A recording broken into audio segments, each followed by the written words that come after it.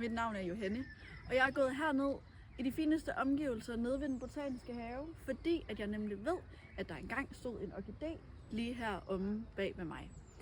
Og orkidéer er der jo mange, der måske vil tænke, har de her meget store, flotte blomster, farverige og eksotiske, som man ser ved blomsterhandleren eller ved supermarkedet, men de danske arter, der lever her i Danmark, der har vi 35 forskellige, og de ser alle sammen ud på forskellige måder. De kan have én blomst, eller de kan have op til 150 blomster i et aks. Så der er altså meget, meget stor variation i dem, og der kan også være stor variation i deres levesteder.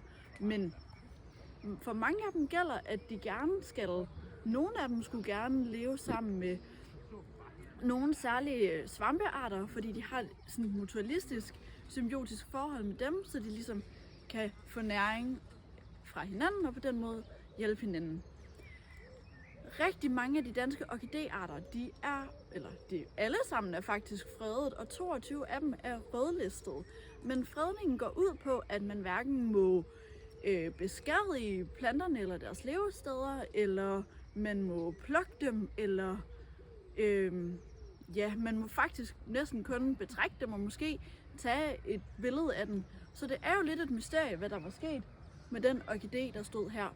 Og det kan jo måske skyldes, hvis folk de har opført sig helt fint og har ligesom ikke har pillet ved den, så kan det jo bare skyldes, at nogle orkidéer er lidt kredsende og er tilpasset især kalkrig bund, så det kan godt være, at der simpelthen ikke har været de allerbedste betingelser for den her orkidé, og måske har den heller ikke været sammen med den her svamp. Så derfor så er det jo svært at sige, hvad der er sket med den.